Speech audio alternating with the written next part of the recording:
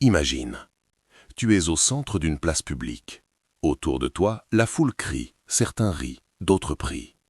Devant toi, un homme est attaché à une roue en bois.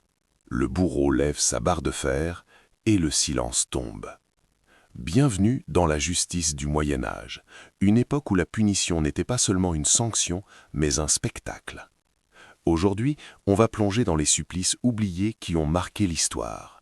Contrairement à ce que beaucoup imaginent, le Moyen Âge n'était pas un chaos sans loi. Il existait des tribunaux, des juges, des règles. Mais la justice avait un objectif principal, faire peur pour maintenir l'ordre. La majorité des punitions étaient des amendes, des humiliations publiques ou l'exil. Les supplices extrêmes étaient rares, mais lorsqu'ils avaient lieu, ils devaient marquer les esprits. Parmi les plus terrifiants, le supplice de la roue. Le condamné était attaché sur une grande roue en bois. Le bourreau brisait ses membres un à un avec une barre de fer. Ensuite, le corps était exposé sur un poteau, parfois pendant des jours. Ce châtiment était réservé aux crimes graves, meurtre, brigandage, trahison. Le message était clair, voilà ce qui arrive à ceux qui défient l'ordre. Avec l'Inquisition, le feu devient un symbole puissant. Les accusés d'hérésie pouvaient être condamnés au bûcher.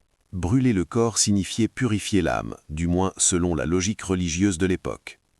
Le bûcher n'était pas seulement une exécution, c'était un avertissement spirituel. La foi structurait toute la société médiévale. Remettre en question l'Église, c'était menacer l'ordre du monde. L'écartèlement était réservé aux traîtres. Les membres attachés à des chevaux lancés dans des directions opposées. Un supplice d'une violence extrême. Pourquoi une telle violence ? Parce que trahir son roi, c'était trahir l'équilibre même du royaume. Dans une société fondée sur la loyauté féodale, la trahison était le crime absolu. Tous les supplices n'étaient pas mortels. Le pilori exposait le condamné sur la place publique, tête et mains bloquées dans du bois. La foule pouvait lancer des déchets, insulter, humilier. Parfois, l'humiliation faisait plus mal que la douleur. Au Moyen Âge, l'honneur était une richesse, le perdre, c'était presque disparaître socialement. Attention cependant, beaucoup d'images que nous avons du Moyen Âge viennent de récits exagérés, parfois inventés des siècles plus tard pour présenter cette période comme barbare. La réalité est plus nuancée.